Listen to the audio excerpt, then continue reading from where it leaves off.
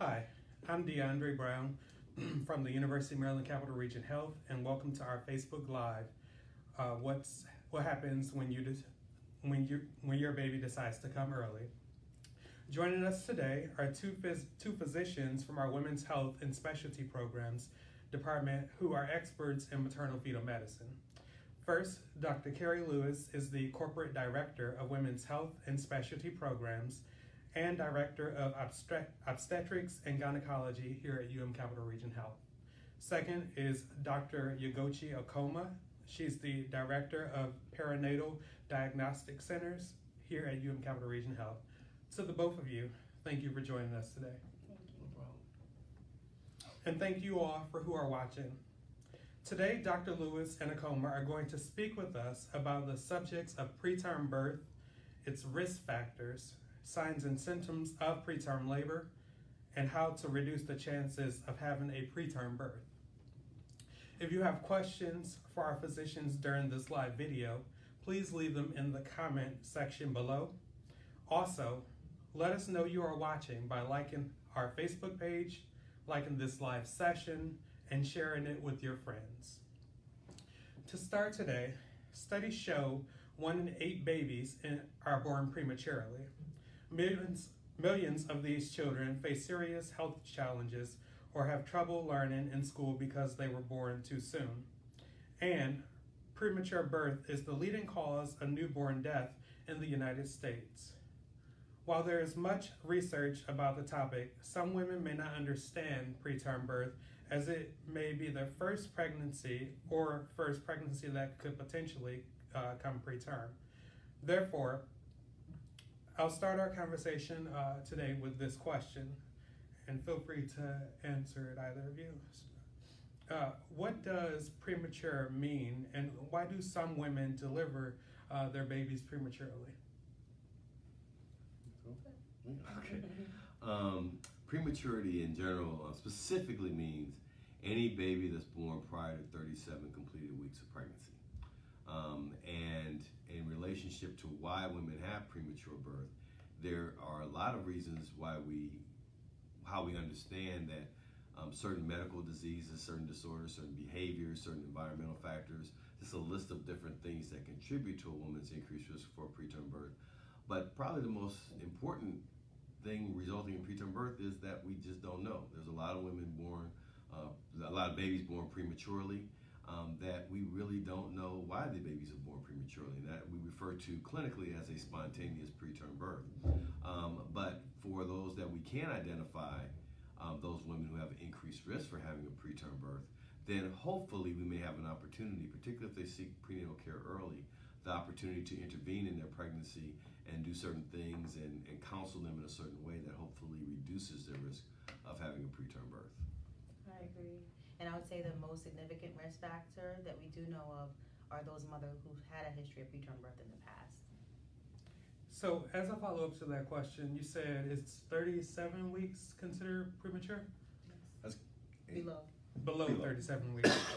So how many weeks are considered premature for the baby? And if the baby is born early but of normal birth weight, is the baby still then considered premature as well? Yeah. As long as the baby's born before 37 weeks, considered premature. Okay. So how early is considered too early, and are there limits of viability for a newborn to survive?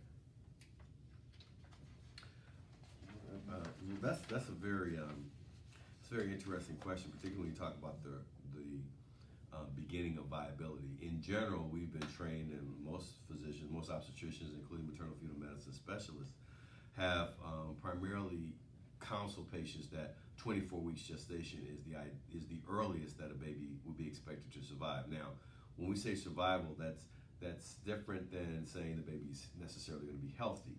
The baby can survive, but babies born usually at 24 weeks or any time prior to 37 weeks, those babies have a higher risk of complications. And the earlier that pregnancy is, or the closer that pregnancy is to 24 weeks, the greater those potential complications are, lifelong complications even. Now, some institutions and some patients will even say, well, my cousin was born at 23 weeks and the baby survived, or my baby was born at 5 months. And if you kind of, trying to equate that to weeks. That might be 20 weeks, and my baby survived. I mean, there are a lot of those kind of anecdotal stories.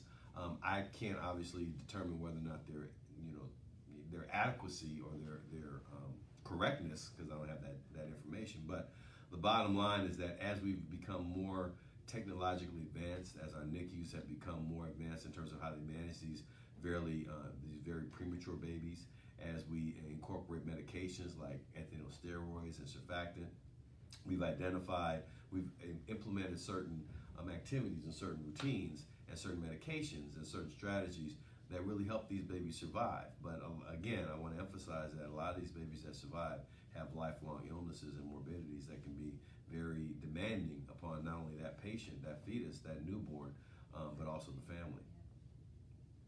Did you want to add anything to that, Dr. Akoma? No, I definitely agree with what Dr. Lewis is saying. We used to have this 24-week, 500-gram cutoff, but now it just depends on the NICU at the hospital they're going to deliver at. Okay. So before we continue, I understand we have a couple questions that were submitted by our audience. Annette, what's our first question? First question, what causes a baby to be born prematurely, and what can be done to minimize the risk of delivering prematurely? So I usually look at it in two different categories of preterm births. One is what Dr. Akoma and I have all referred to as spontaneous preterm birth. That is a patient who basically had a normal pregnancy, was at home relaxing, enjoying her pregnancy, and all of a sudden she has contractions and she goes to the hospital and realizes she's 3 or 4 or 5 centimeters dilated and about to deliver her baby, or she ruptures her membranes, right? In that group of patients, we didn't expect that they would have a preterm birth, and they just spontaneously went into labor and delivered their babies prior to 37 weeks. The other group of those patients who are the medical indications, those patients who are severely ill. They have underlying comorbidities we consider, like high blood pressure, they have diabetes, sickle cell disease, lupus, chronic renal failure.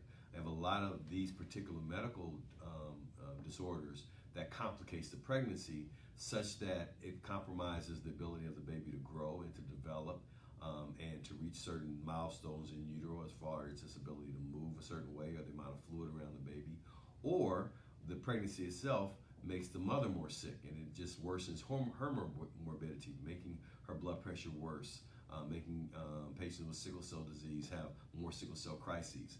Patients that have renal disease, they have more renal failure. So the pregnancy itself, although the fetus may be fine, the pregnancy itself is exacerbating the maternal condition, so therefore to save the mother in some situations, the baby has to be delivered. So those become the two categories that result in premature birth.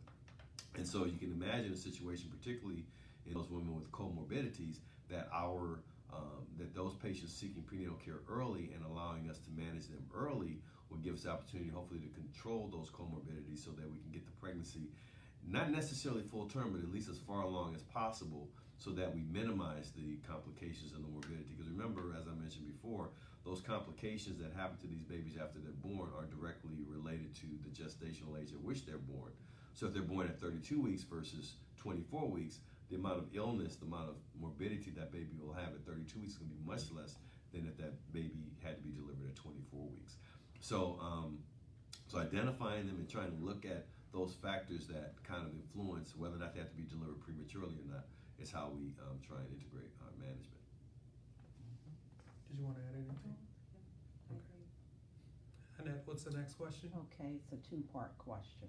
If a woman goes into labor early, what are her options? So it depends. If she goes into labor early, she should definitely come to the hospital, and we can evaluate her. Like Dr. Lewis said, there are a myriad of reasons why mom is going to preterm birth. There's reasons why we deliver them prematurely. But definitely she should come to the hospital and get evaluated. Okay, and is there anything that can be done to keep the baby in such as medications? So I was told by one of my old attendings that preterm labor is like a runaway train. Once it started, you can't stop. So because preterm labor, there's nothing they can do to stop it. Lots of mothers will have what we call preterm contractions, and their cervix won't dilate or change. In those cases, we can hydrate them, observe them. In some cases, we can give them medications. But I would say for the most part, no, there's nothing that we can really do to stop preterm labor if it is in fact true preterm labor. But when she has preterm labor, We treat them with several medications in order to give the baby the steroids to help the lungs and his brain and other body parts develop a little bit better. In the meantime, we're giving them another medicine called magnesium. That medicine will help reduce the risk of certain complications of preterm birth, more specifically the brain abnormalities, brain bleeds, we call them. And in that situation, you're not really stopping preterm birth, you're just temporizing the situation in order to get the steroids on board. And then if it's going to happen, it's going to happen. Anything to add, Dr. Lewis? Yeah, I think one of the other things to consider is what other options we have to intervene to try and keep these babies in as long as possible. And Dr. Akoma and I have, and a lot of high-risk doctors and obstetricians in general are challenged with a specific group of women who have this situation where they come in, kind of the middle of their pregnancy, about 18, 19, 20 weeks, and they lose their pregnancies. Now, when we're trained as obstetricians, we look at the first, second, and third trimester as being different. When you have complications or problems, there are different potential circumstances around those losses or those complications based on the trimester. And usually in the second trimester, a lot of patients will come to us and they'll tell us, well, in my last pregnancy, I was lying in bed and all of a sudden my membranes ruptured. Or they'll say that I wasn't doing anything, I was just walking, and all of a sudden I felt this pressure in my vagina.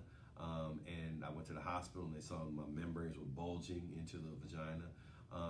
There are these situations that I think lend themselves to an early diagnosis because there is an intervention that may prevent that from happening. And that diagnosis we consider cervical insufficiency or cervical incompetence.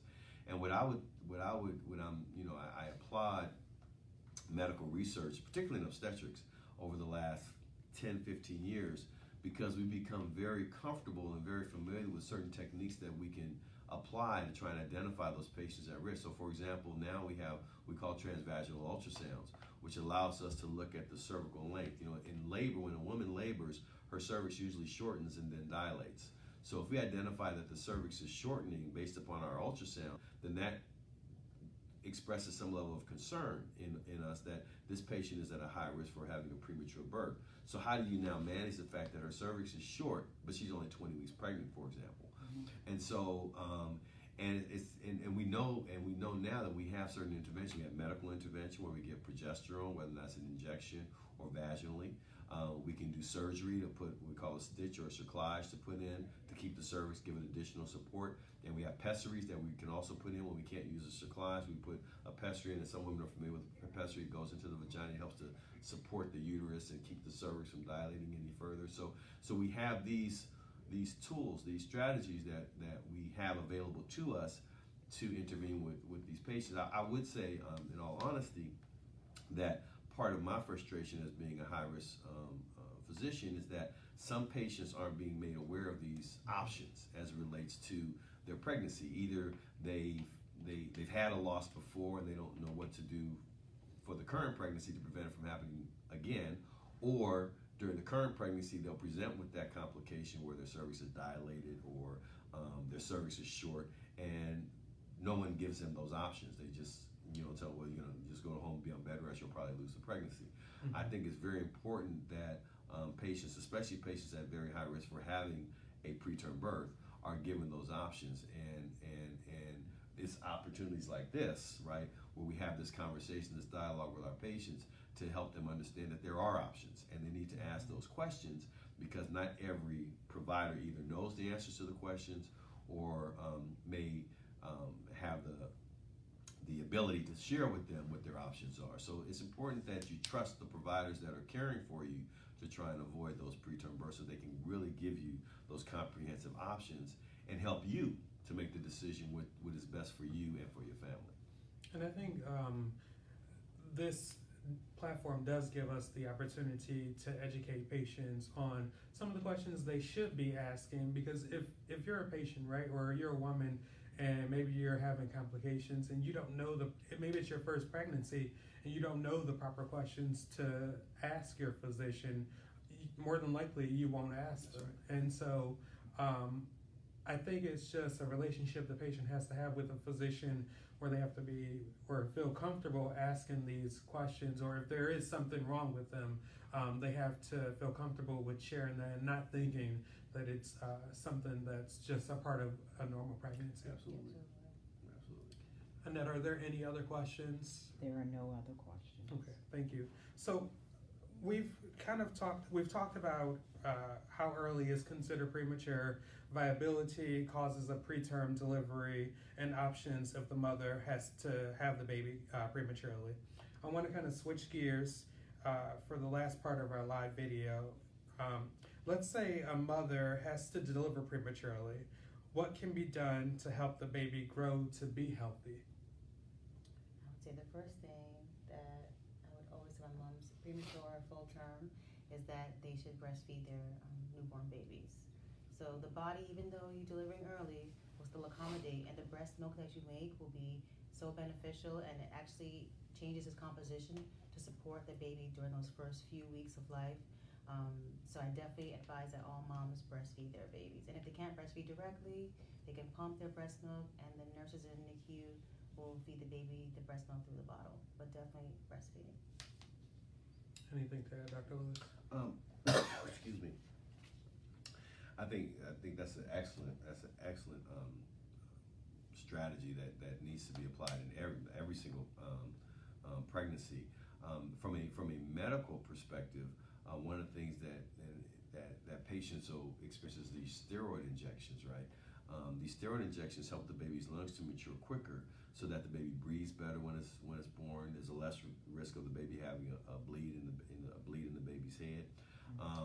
And so to that extent, that medical intervention helps a lot. And remember that babies born prematurely they're premature, so they're not able to fight off a lot of infections, for example. So we give them antibiotics, right?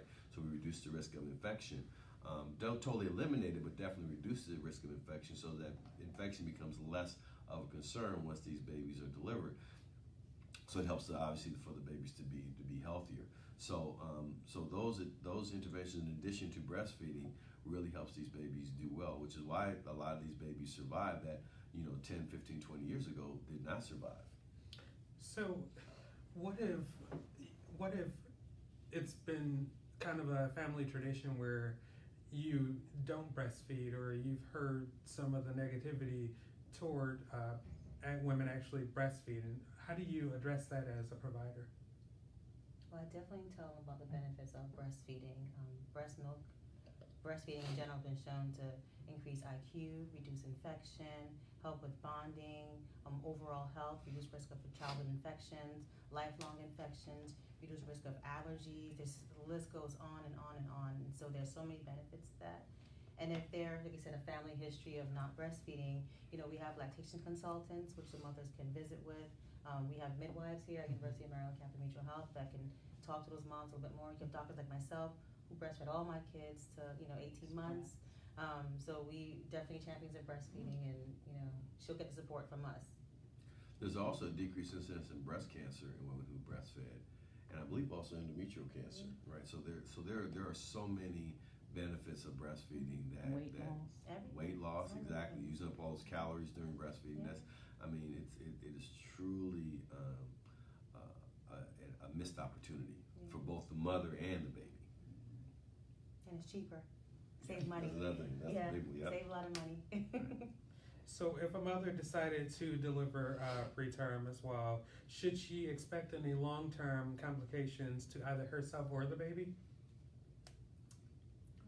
Not necessarily. What does the road ahead look like, I guess? Well, I think as it relates to the baby, depending upon the gestational age at which the baby is born, that baby may have a lifelong complications, including neurobehavioral disorders, where the baby doesn't learn as well as other children of the same age.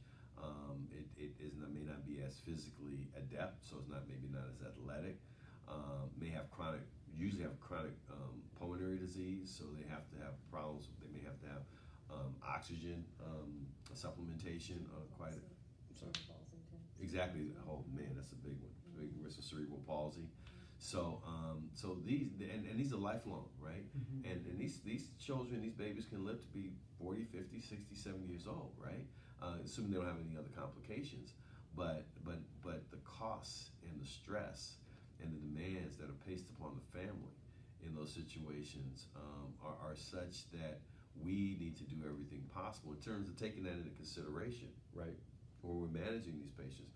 I mean, we feel, it used to be when I was in my fellowship, when we would have patients that would present at 24, 25, 26 weeks, and they'd have severe preeclampsia, which is bad hypertension in pregnancy, and the treatment is delivery. And truly, that is the cure for preeclampsia, is delivery.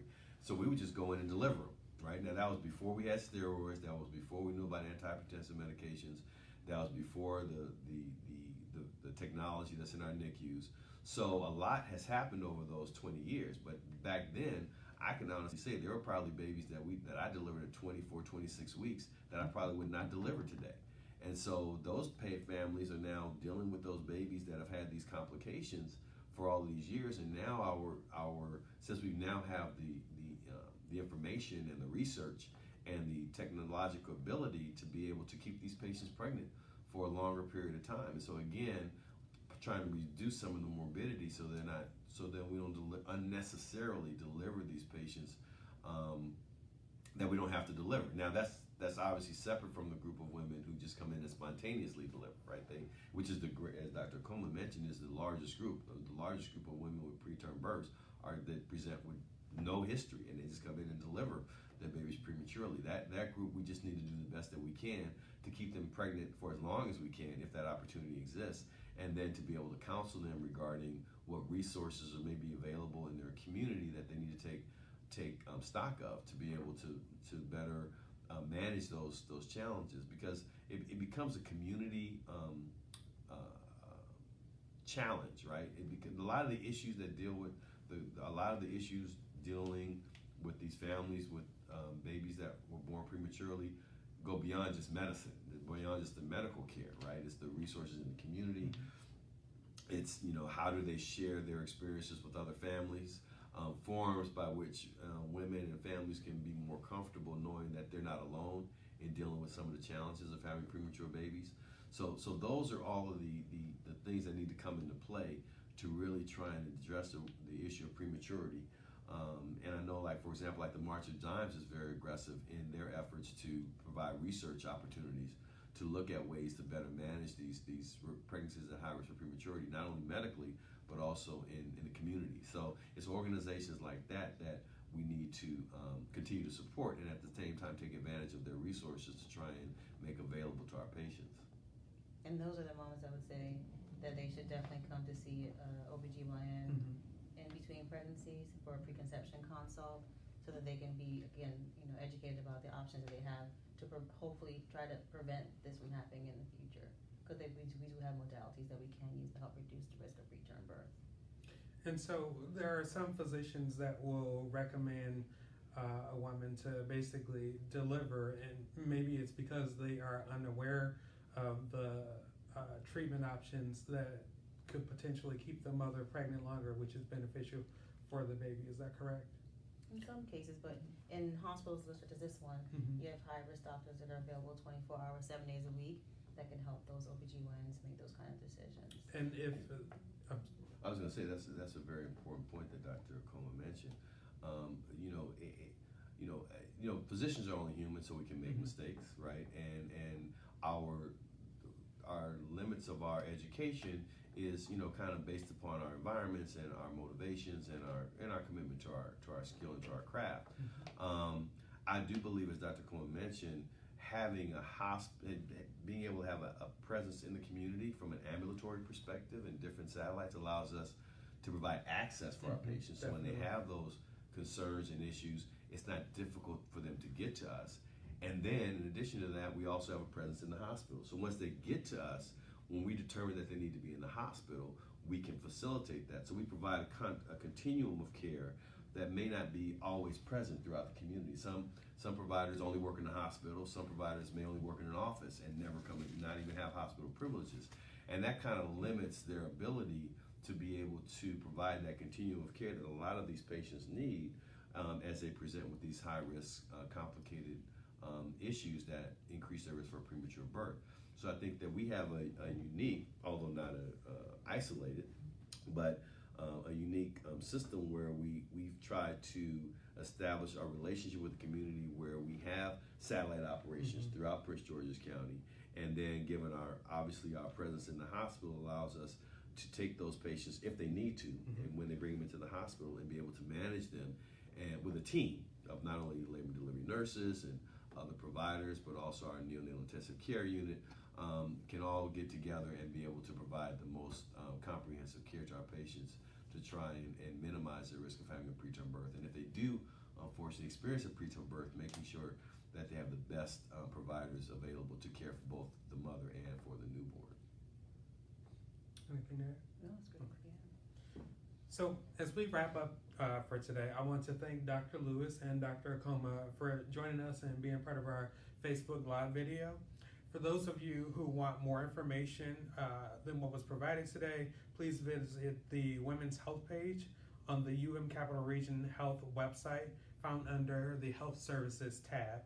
Our website is located at www.umcapitalregion.org.